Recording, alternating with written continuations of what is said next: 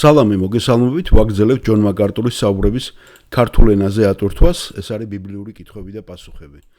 შემდეგ კითხვა ძალიან საინტერესოა, რომელსაც აგრძელებს ისევ როჯერი, რომელმაც დასვა კითხვა სატანის აზრების კონტროლზე და მსგავსი კითხვა არის დაახლოებით და აი აქ ჩანს უკვე გულწრფელობა, თუნდაც აი ბრიტანული აზროვნებისა, ამერიკული შეხედულებებისა, რომ იცით ზოგჯერ გშურს ხოლმე რომ ადამიანები ესე გულწრფელად კითხვასაც სვამენ და პასუხობენ კიდევაც. არანაირად ბატონი ჯონ მაკარტური არასოდეს არ მომისმენია რომ ის ისეთ პასუხს გაცემს ადამიანს, რომელიც დააკომპლექსებს, ან კიდევ უხერხულ მდგომარეობაში ჩააგდებს და თვითონაც გამოაქვს ის სისუსტეები, რაც ნებისმიერ ადამიანს აქვს ან ქონია ახალგაზრდობაში.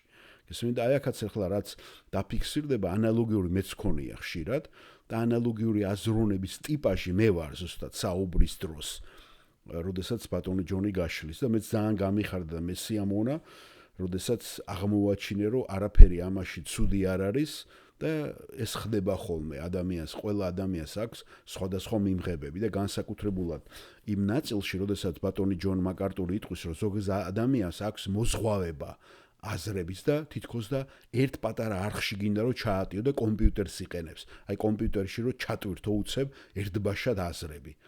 და ეს ყველაფერი სპონტანურად ხდება ადამიანის გონებიდან.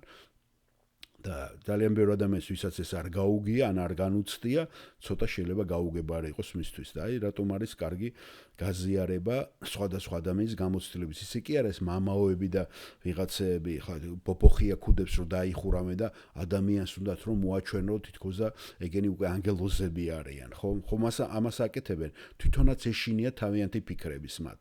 თვითონაც, გესმით? და როგორი რჩევა უნდა, როგორ უნდა გაიგიო თავი შენ უკვე.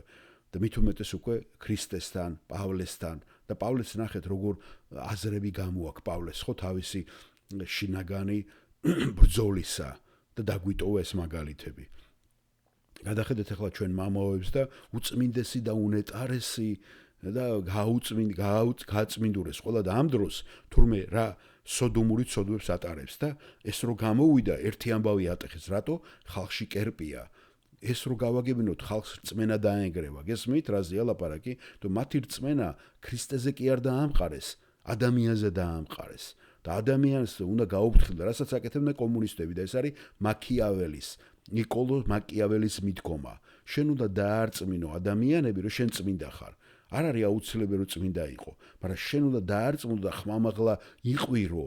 ხმამაღლა იმას აკრა თუ ვინმე გაგაკრიტიკებს უნდა დაესხა ლოგიკით უნდა არწმუნო ადამიანებს რომ არ არის ეს მართალი არ არის ეს მართალი და თავიდან ტვინიდან ამოუღო ეს ყველაფერი ადამიანებს გესმით და გადაფაროს ამან და აი ნახეთ დაარწმუნეს გამოვიდა ხალხი გამოიტანეს ეს ცოდვილი ბუნება არა მარტო პატრიარქის არამედ მთელი საპატრიარქოსი და ისევ პროპაგანდის მანქანა ჩაერთო და ხალხს გადაარწმუნეს და ამას სიკეთით აკეთებენ ხედავთ სატანას რა შეუძლია ასე რომ არ უნდა მოვტყუდეთ ჩვენ ყველანი და როცა ადამიანი ლაპარაკობს თავის სისუსტეებზე უკვე ჩემთვის ეს მისაღებია რომ ჩემს წინ ადამიანი დგას თავისი ტკივილები და უფრო მიყვარდება მე ესეთი ადამიანი როცა აღიარებს ის თავის სოდვებს შეცდომებს და აღარ არის რაღაცა კერპისისა და რაღაცა ესეთი ამბიციური ხო და ჩვენ ვიცით ერთადერთი წმინდა და უცოდველი ქრისტე არის და დანარჩენი მე ზუსტად ესე დამეხმარება გამოცდილი ქრისტიანი რომ რა გზაც მან გაიარა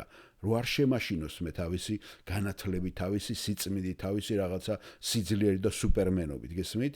და მან არ იმას მიქნას ფარდა არ ჩამოაფაროს ჩემსა და ქრისტეს შორის. მისი ფარდა, მისი კერპის ხატი. გესმით? აი ეს ხდება დღეს ძალიან ბევრი ისეთ იმეებში.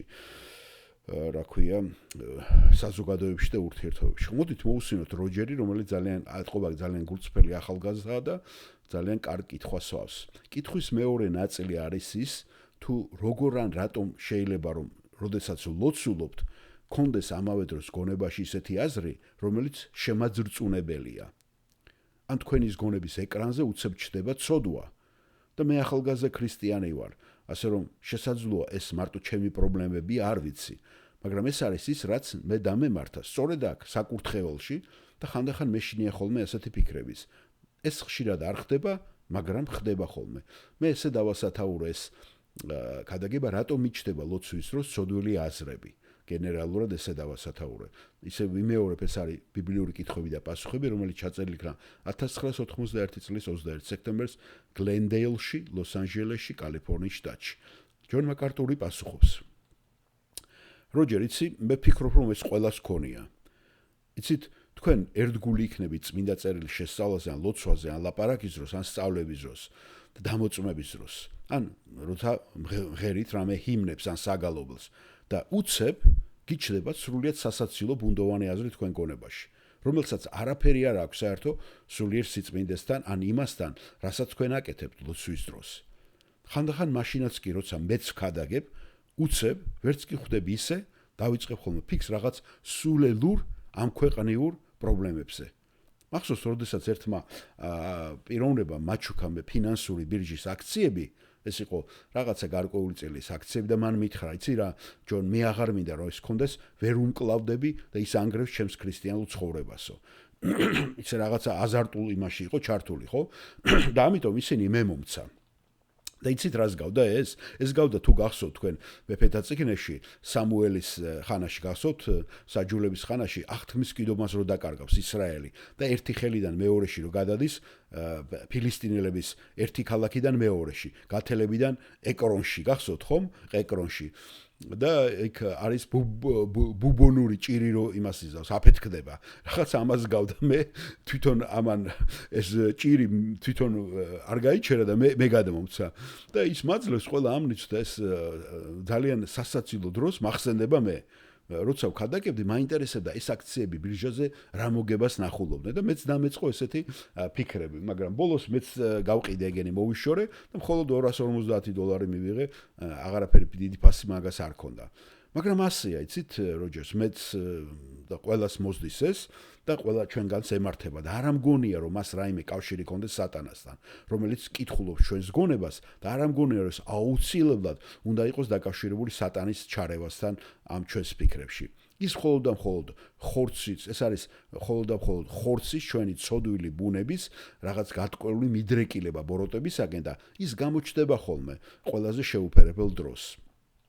რაღაცა აქტიურებს ყველა ამ მექანიზმს ჩვენს ტვინში. მაგალითად, თქვენ გექნება ჩვეულებრივი საუბარი უცებ, ხო, შეიძლება ამინძზე საუბრობდეთ, ხო? და უცებ წამოვიდეს რაღაცა სხვა აზრებიც, ხო?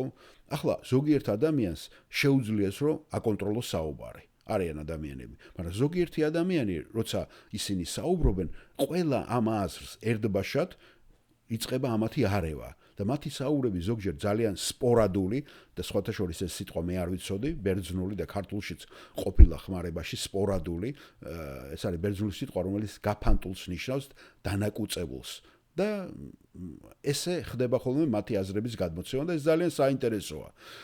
ოდესმე გილაპარაკია თვინმესთან ისე, სადაც ისინი რაღაცა აფეთქებით, ბენგ და უცებ მოგაყრიან ძალიან ბევრ აზრებს და ეს თითქოს და იტენება ერთბაშად კომპიუტერში. მაგრამ ფიქრობ, რასაც თქვენ ამბობთ, ნამდვილად ასახავს ადამიანის ბუნებას, როჯერს და არ უნდა შეგაშინოთ ამან, ეს ყველას მოსდის. უპირველეს ყოვლისა, თქვენი ტვინი არის ყველა სახის ნივთის აზრების ნაზავი. და მე ფიქრობ, რომ ხორცი, ეს ჩვენი ხორციელი ბუნება ძალიან ხშირად, როგორიც არ უნდა იყოს ეს, მიდრეკილება აქვს მას ცოდვისაკენ.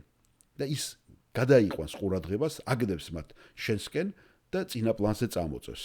სატანასაც შეუძლია ამ ნივთების რაღაცა პატარა სტიმულირება მოახდინოს რაღაცით, რასაც თქვენ ხედავთ, რასაც თქვენი თვალი იზიდავს.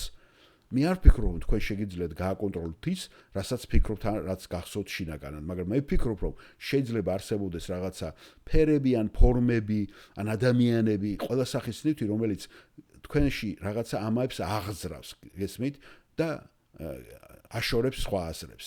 მე ფიქრობ, რომ ის საკმაოდ კარგად მუშაობს და ამას ვამბობ ზოგად განცხადებაში.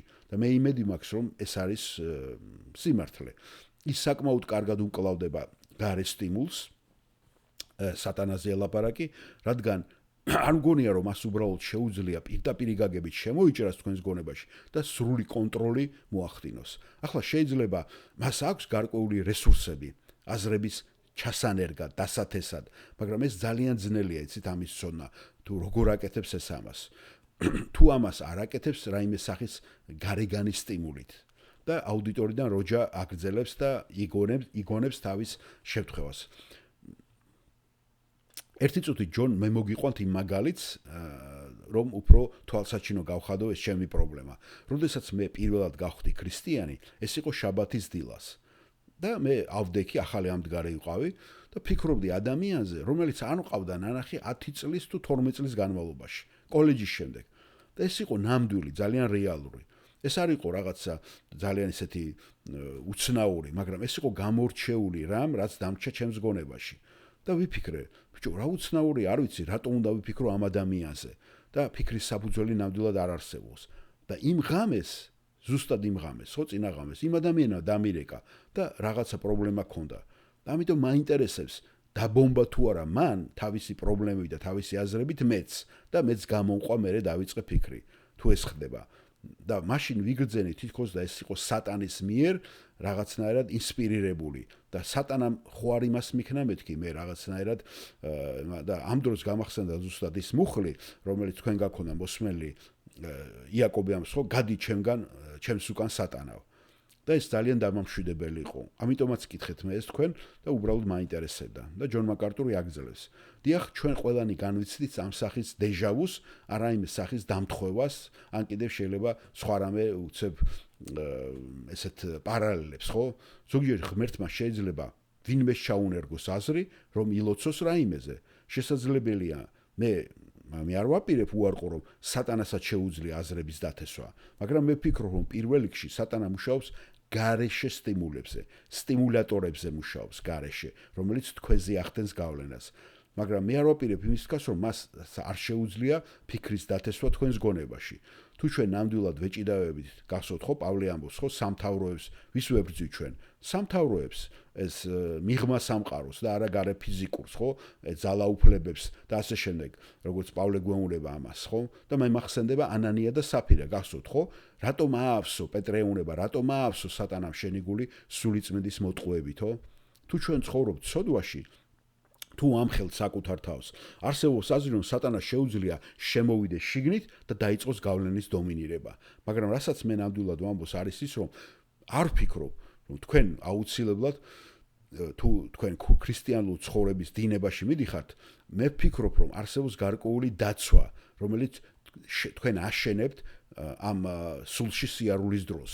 და ზოგიერთი რაც წარმოიქმნება, შეიძლება იყოს მხოლოდ თქვენი ტვინისა და ხორცის ნაყოფი, რომელიც შენი ბუნებრივი შემადგენლობის ნაწილია და რომელიც ამ საგნებს, ამ აზრებს შენში წინა პლანზე გადმოაგდებს ხოლმე. მაგრამ ეს ძალიან რთულია, იცით, ამაზე რომ ჩვენ დაზუსტებით ვისაუბროთ. ამიტომაც ხშირად ვამბობთ ხოლმე, რომ არ გინდათ, არ ეთამაშოთ, არ შეეთამაშოთ ამ სფეროში დემონებს. რადგან თქვენ ნამდვილად არ გესმით ეს სფერო და ის ჩვენს აღქმისა და გაგების მიღმა, ამიტომ ჩვენ ამას ვერ იდებით ხოლმე. კარგით? და ნება მომეცით კიდევ ერთხელ შემიძლია თუ არა ამის გარკვევა კიდევ სხვანაირი კუთხით რომ მოვიდე. აი მაგალითად ჩვენ გვჯერა რომ სატანა არ არის ყოვლის ცოდნე. ჩვენ ვიცით ეს. მან ყველაფერი არ იცის. მე მჯერა რომ ის ექვემდებარება ღმერთის გამოცხადებას და ექვემდებარება ობიექტურ დაკვირვებას, ნებისმიერ ობიექტურ საშუალებას მის სფეროში. მას შეუძლია აღიქვას რა ხდება, მაგრამ არ ამგონია რომ ბიბლიაში რაიმე მიუთითებდეს, რომ ის ყოვლის ცოდნეა. ის არის უსაზღვროდ ინტელექტუალური, საოცრად ინტელექტუალური, მაგრამ მისი ინტელექტი მოდის და მისი უნარი იქიდან როგორც ის იკვებება გამოვლენილი ინფორმაციით. იცით რას გულის ხომ ამაში? ღმერთი არის ის, ვინც ყოვლის ცოდნეა ამ გაგებით, რომ მან არსებითად იცის ყველაფერი და მას არ ჭირდება რაიმე ინფორმაცია, მაგრამ სატანამ იცის მხოლოდ ის, რაც მან იცის, რადგან ღმერთმა რაც გაუმხილა მას თავისი გონების ფარგლებში. შეიძლება ჩვენზე ამაღლებულია, მაგრამ მისი გონებაც და მისი ინტელექტიც ლიმიტირებულია. იმდენად, რამდენადაც ეს ღმერთმა მიცა მას უფლება. არ ამგონია, რომ რაიმე მიუთითებდეს, რომ სატანას შეუძლია თქვენი გონების წაკითხვა, მაგრამ სატანას შეუძლია გავლენა მოახდინოს თქვენ გონებაზე. მაგრამ მე ვფიქრობ, პირველ რიგში ეს არის გარეგანი რამ, რამაც შეიძლება გამოიწვიოს აზროვნების ეს სტიმულირება და ესეთი მოქმედება. მაგრამ ასევე მართალია, რომ დემონები, გახსოვთ ხო, ესეც ბიბლიურია, რომ დემონები შეიძლება შევიდნენ და სატანას შეიძლება შევიდეს ადამიანში, თუ მათ შეუძლიათ მორწმუნეში მოხვედა, არის აზრი, რომ მათ შეეძლოთ პირდაპირ გავლენა მოეხდინათ აზროვნების პროცესზე. მაგრამ ეს არის მხოლოდ იმ ადამიანისათვის, გასვოთ ხო, ფიქრობ, ვინც გარკვეულწილად უკვე ღმერთის მიერ გადაეცა სატანას. გასვოთ ხო, პავლე მოციქულის ეს ნათქვამი გაფრთხილება პირველ კორინთელებში. როგორ იწყება? გასვოთ, საერთოდ კი ხმა დადის, რომ სიძვაა თქვენში, თანაც ისეთი, რომლის მსგავსი წარმართებშიც არ არის, რომ ვიღაცას მამის ცოლი შეურთავს. თქვენ კი ქედმაღლობთ იმის ნაცვლად, რომ იგლოვოთ და მოიკვეთოთ ასეთი საქმის ჩამდენი. თუმცა სხეულით არა ვარ თქვენთან, სულით ვიმყოფები. ამიტომ უკვე დავდე მსჯავრი ამ საქმის ჩამდეს, როგორც თქვენ შორის ყოფმა. და როცა შეიკრიბებით, ჩვენი უფლის იესო ქრისტეს სახელით, ჩემი სულისთან დასწრებით და ჩვენი უფლის იესო ქრისტეს ძალით, განა ჩვენითო, ხედავთ, ქრისტეს ძალით, მაგრამ ჩვენ მოუხმობთ ამას, სატანას გადაეცეს ასეთი კაცი ხორცის დასაღუპავად, რათა სული გადარჩეს ჩვენი უფლის იესო ქრისტეს დღეს. ხედავთ, რა მიზანი აქვს დისციპლინას, პავლე რასაც ემბუს და სიმკაცრეს იჩენს ამ ადამიანის მიმართ, ესე იგი, შეიძლება ადამიანი გადაეცეს სატანას, რომ იმან შეაჭიროს. გასაგებია? კარგით, როჯერ, გმადლობთ ჯონ.